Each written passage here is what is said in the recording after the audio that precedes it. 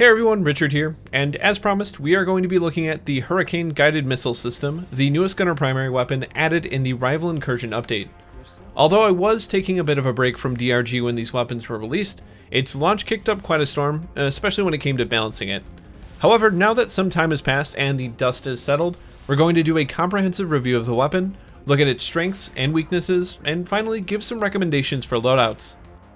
In summary, the Hurricane is a heavy weapon that fires small, semi-active guided missiles that trace your aim point. The beam reading ability lets you hit rapidly moving targets so long as you can keep your mouse on them or manipulate the missiles in a way that they collide with your intended target. This ability helps compensate for the slow velocity of the rocket, which, not to spoil anything, is what I think is one of the weaknesses of the Hurricane. And while I know they do totally fit different roles, I will be comparing the Hurricane to the autocannon and minigun just to help define each weapon's roles in the gunner class. By default, each rocket deals 16 direct impact damage to their target and 20 explosive area damage within 1 meter of the rocket's point of impact. Out to 1.4 meters, enemies will only receive half of the explosive damage. Overall, this gives the Hurricane a similar blast radius to the Thunderhead, but dealing max damage out to a farther radius. Each belt contains 36 rockets, giving you quite a bit of firepower per magazine. While you will definitely be reloading more than the autocannon, you also won't be reloading that frequently if you are playing well.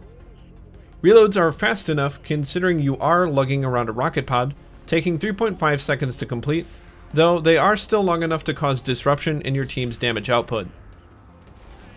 By default, you'll be carrying around 288 rockets in reserve, which, given you are playing halfway decently, won't make you an ammo burden on your team. Typically, I find myself needing ammo at around the same time as the rest of my team. Obviously, this changes depending on the loadout or overclocks I bring, but the point remains, reserve ammo is serviceable. So now that we have a general overview of the stats behind the Hurricane, we can now make an informed decision on which mods and overclocks to equip. Typically, I like to work backwards, and first look at what overclock I want to use, then tailor my upgrades to fit the playstyle of the overclock. For example, if we wanted to use the Minelayer overclock, we have to understand that a good portion of using the Hurricane will be to place mines down as a defensive measure. For the first tier of upgrades, pressurized gas cylinders for extra damage or missile belt for additional ammo makes sense, since the blast radius is already significantly increased when the rockets are fired as mines. Next for tier 2, anti-tank missiles giving the Hurricane more effectiveness against armor would be my recommendation.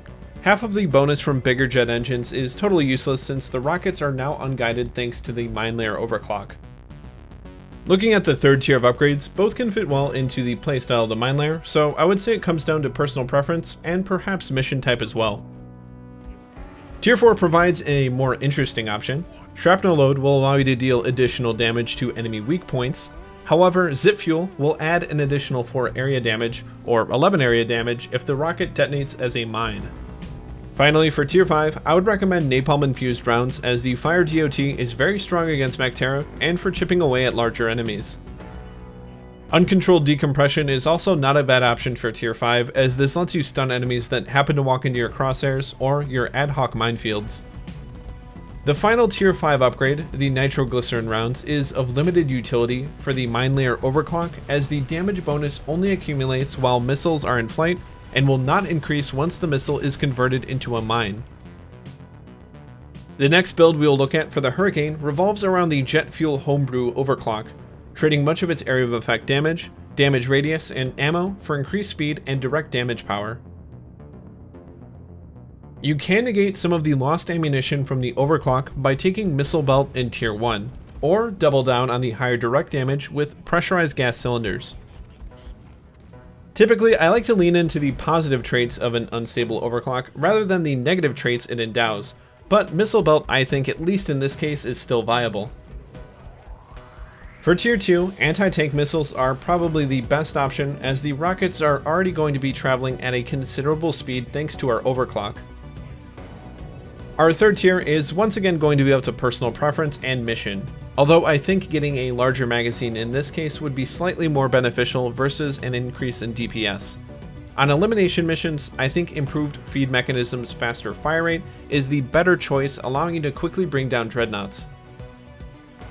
For Tier 4, the obvious choice is going to be Shrapnel Load, as you will be going for maximum kinetic damage with the jet fuel build. Plus, trying to increase area damage with zip fuel is just fighting an uphill battle with the weapon stats. Finally, for the last tier, I'd again say napalm rounds and decompression are the best options, and it will again come down to preference and mission type. Nitro rounds will unfortunately have much of their effectiveness reduced since the rockets will have a shorter flight time due to their increased and constant velocity. Some other viable and fun builds to work around include plasma burster missiles, which actually take advantage of the nitro rounds' increased damage in relation to flight time. Also, salvo, which paired with napalm rounds can instantly ignite targets, assuming you can hit your target with multiple rockets. In this effect, the Hurricane turns into a missile shotgun, best used at close ranges or at large area targets. For a choice of secondary weapon, I find the Bulldog to be my overall favorite. Its high damage, flexible builds, and solid accuracy make it good for sniping. The BRT-7 is also perfectly fine as a backup, but I am personally not a fan of it. As far as grenades are concerned, it comes down to what sort of build you are pursuing and what sort of role you want your grenade to fill. If you want a grenade to deal with hordes, the cluster grenade is the ideal option. However, be cautious using it near teammates as its area of effect is very large. For area denial, I would recommend using the napalm grenade as it can coat choke points and tunnels with flames and prevent, or at least hinder enemies from passing through. Finally, the sticky grenade can function well as a generic hand grenade, while also being able to carry 6 as opposed to 4, and causing enemies to panic, especially if you manage to stick a bug with one.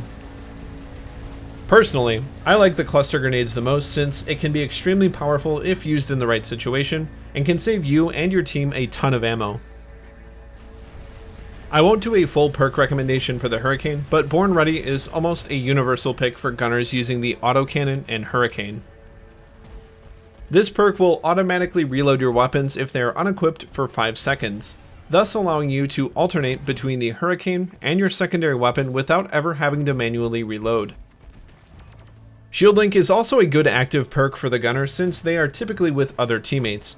The overcharged shield ability is also handy for clutch situations or when doing a salvage mission. Overall, the Hurricane, while not apparent upon first viewing it, is a quite flexible addition to the gunner. Its only limitation really is what overclocks you have and your creativity.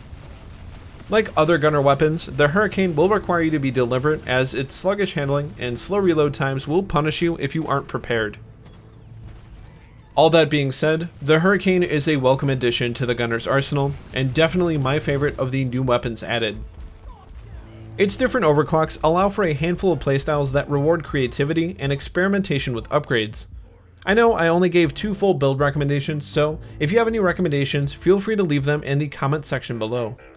Thank you again very much for watching. Join me next time when we look at the Scout's newest weapon, the DRG 25, but until then, happy hunting.